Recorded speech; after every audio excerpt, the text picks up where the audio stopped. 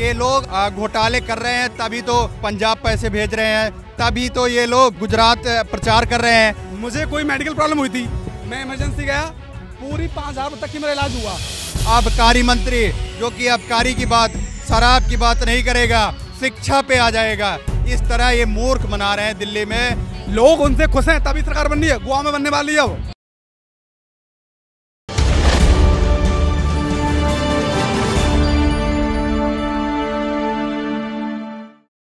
नमस्कार, आप देख रहे हैं द न्यूज़ 15 और मैं हूं आप सभी के साथ अंजलि राठौर। डीटीसी बस घोटाला, इस पर आप प्रत्यारोप चल रहे हैं। आरोप प्रत्यारोप लगातार बीजेपी और आम आदमी पार्टी एक दूसरे के ऊपर कर रही है। इससे पहले कई घोटाले जो हैं उनके आरोप आम आदमी पार्टी पर बीजेपी द्वारा लगाए जा चुके हैं। ऐसे में जनता क्या कहती है, ये आरोप प्रत्यारोप का खेल कब तक चलता रहेगा? यूं ही चलता रहेगा जब तक केजरीवाल का पर्दाफाश नहीं हो जाता है। केजरीवाल लगातार जैसे दारू घोटाला, लिक्विड, उनके आबकारी मंत्री जो है शिक्षा पे आ जाते हैं, जबकि उन्होंने शराब घोटाले इतने बड़े मात्रा में किए हैं।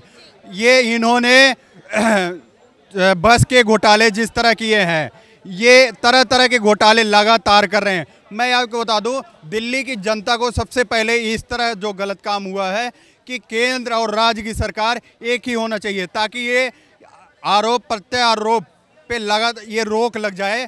और इस तरह ये जो दो सरकार होती हैं, ये एक दूसरे के आरोप लगाती हैं। तो मैं यही कहूँगा, जो अरविंद केजरीवाल, मनीष सिसोदिया के आरोप लगातार उजागर हो रहे हैं, इसको देखते हुए दिल्ली में अब तो राष्ट्रपति शासन लागू हो जाना चाहिए, क्योंकि ये लोग घोटाले कर रहे हैं, तभी तो पंजाब पैसे भेज रहे हैं, तभी तो ये लोग गुजरात प्रचार कर रहे हैं। आपने ये नहीं देखा होगा, कल भगवंत मान पंजाब का मुख्यमंत्री, उसने भी अब केंद्र सरकार पे आरोप लगाना शुरू कर दिया। अजी हमें तो बिल नहीं पास हो रहा, हमें तो केंद्र से पैसे नहीं आ रहे। सेम केजरीवाल वाले ड्रामे चालू हैं। इस तरह ये आम आदमी पार्टी अगर केंद्र की सरकार में भी गलती से आ जाती है तो अमेरिका, दूसरे देशों की आरोप लगाने लग जाएगी। अजी सर, हमें तो काम नहीं करने दे रहे हैं अमेरिका वाले। अरे भाई, इस तरह बहाने कब तक आपके चलेंगे? बहाने के दम पर आपकी सरकार कितने दिन चलेगी, कितने दिन चलेगी? आप पढ़े लिखे मूर्ख वाली बातों दिल्ली में किस तरह आप लगातार कर रहे हो। आबकारी मंत्री जो कि आबकारी की बात, शराब की बात नहीं करेगा, शिक्षा पे आ जाएगा। इस तरह ये मूर्ख बना रहे हैं दिल्ली में, लगातार जनता को मूर्ख बनाने का काम कर रहे हैं। अब मैं तो यही कहूँगा कि केंद्र सरकार और राष्ट्रपति जी को यहाँ पे दिल्ली में राष्ट्रपति शासन लगा देना चाहिए जल्द से जल्द। जी सर, आप कुछ कह रहे हैं? सबसे पहले मैं किसी पार्टी से सपोर्ट नहीं करता। ये भाई साहब कह रहे हैं कि राष्ट्रीय शासन लाना चाहिए दिल्ली में। सबसे पहले पता है मेन चीज़ होती है, हमारे जो प्रदेश की कितनी जनसंख्या है, ठीक है ना, सब खुश है, लाइट पानी भी सब कुछ मिल रहा है, स्कूल में, तो क्या दिक्कत है सबको? किस तरह खुश है जनता? जनता घर से निकलती है और नाले में गिर जाती है। जनता इस तरह गड्ढे हैं, और स्कूल में ना तो टीचर है ना प्रिंसिपल है, एक ना दो चार उन्होंने उस स्कूल को रिपेयर करवाया। एक नए स्कूल का नाम बता दीजिए उन्होंने, नया स्कूल उन्होंने जहाँ पे नई ज़मीन आवंटित करके नया स्कूल बनाया हो, नया काम किया हो। कोई नया काम नहीं किया है। मोहल्ला क्लिनिक, वो देश की राजधानी में मोहल्ला क्लिनिक, उनका ये स्तर है। देश की राजधानी में अच्छे अस्पताल होना चाहिए, अच्छे स्कूल होना चाहिए, ना कि ड्रामे के स्कूल होना चाहिए, जो कि अरविंद केजरीवाल रोज़ सुबह उठ के नया ड्रामा शुरू कर देता है। ये आप चंद लोग हैं जो कि केजरीवाल को पसंद कर रहे हैं, बाकी वो फ्री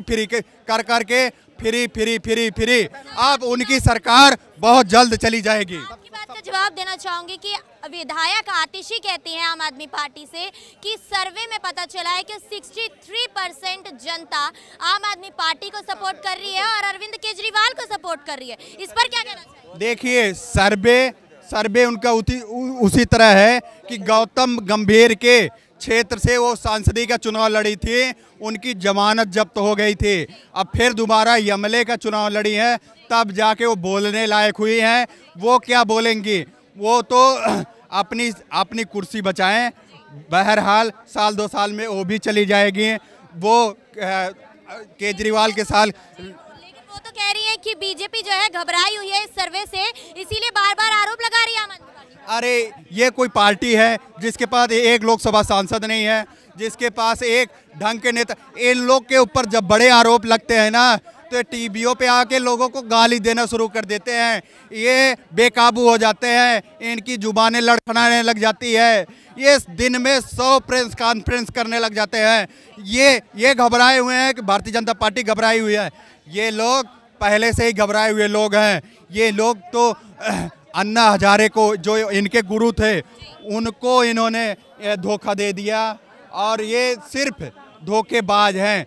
दिल्ली को धोखा दे रहे हैं। दिल्ली के सारे पैसा यहाँ वहाँ लगत दूसरे प्रदेशों में प्रचार करने का काम करते हैं। ये कुछ गुजरात में जा रहे हैं, जो बड़े बड़े एक्टर हैं वो इनकी सभा में आकर कहते हैं मैं तो गरीब हूँ जी, मैं तो बेरोजगार हूँ जी।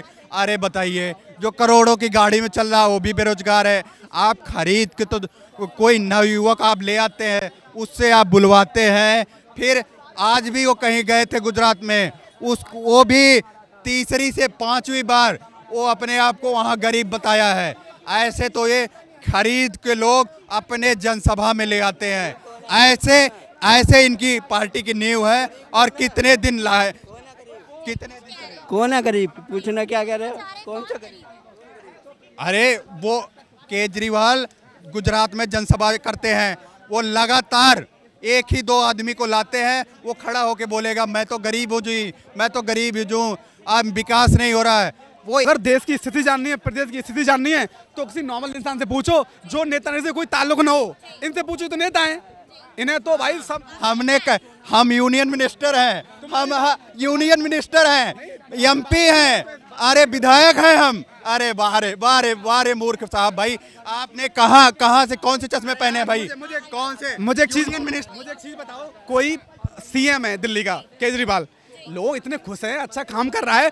दूसरे प्रदेश में जहाँ पर एक सीट भी नहीं थी वहाँ पर पूरा फूट बमों से सरकार बनी है। बताओ और क्या चाहिए लोगों को? बताओ, लोग उनसे खुश हैं तभी सरकार बन रही है। गोवा में बनने वाली है अब, ठीक है ना? गोवा में बनने गए थे, उनकी जमानत जब्त हो गई। कहाँ से आप अंधभक्त आप बने हुए? आप मेरी बात सुनिए, आप आदमी का पार्टी का जो करियर है वो 10 साल पुराना है। 10 साल में 2 स्टेट में सरकार बना ली, इतनी बड़ी उपलब्धि किसी पार्टी ने नहीं ली। नंबर 1, ठीक है। देखिए ये नेता लोग हैं, मैं फिर कह रहा हूँ मैं किसी की पार्टी सपोर्ट नहीं करता हूँ, लेकिन मैं केजरीवाल से बहुत खुश हूँ। देखो मुझे कोई मेडिकल प्रॉब्लम हुई थी, मैं इमरजेंसी गया, पूरी 5,000 तक की मेरा इलाज हुआ, प्लस मेरे गांव के कुछ लोग यहाँ रह रहे हैं, लाइट पानी बिजली, तो और क्या चाहिए सरकार से? तो पैसे दे दिया जाए तुम्हें, बताओ। आसाम के मुख्यमंत्री जी ने बोला है, दिल्ली के वो एक मेयर हैं, दिल्ली के मेयर हैं, और मेयर जो है अभी प्रधानमंत्री का सपना नहीं देख सकता।